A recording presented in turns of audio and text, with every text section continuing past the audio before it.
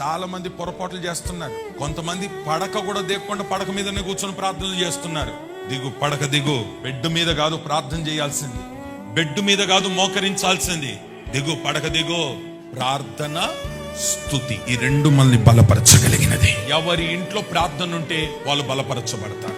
ఎవరి నోట స్తుతి ఉంటే వారు బలపరచబడతారు. ఎవరి గృహంలో ప్రార్థన ఉంటే ఆ గృహాలు దీవించబడతాయి. ప్రార్థన నీ ఇంట్లో ఉంటే, ప్రార్థన గోపురం నీ ఇంట్లో ఉంటే, ప్రార్థన జీవితం నీ ఇంట్లో ఉంటే, ప్రార్థన అనుభవం నీ ఇంట్లో ఉంటే శత్రువు నీ ఇంటి మీద దాడి చేస్తాడా? ప్రార్థన ఉంటే బలహీనరాలు అవుతావా?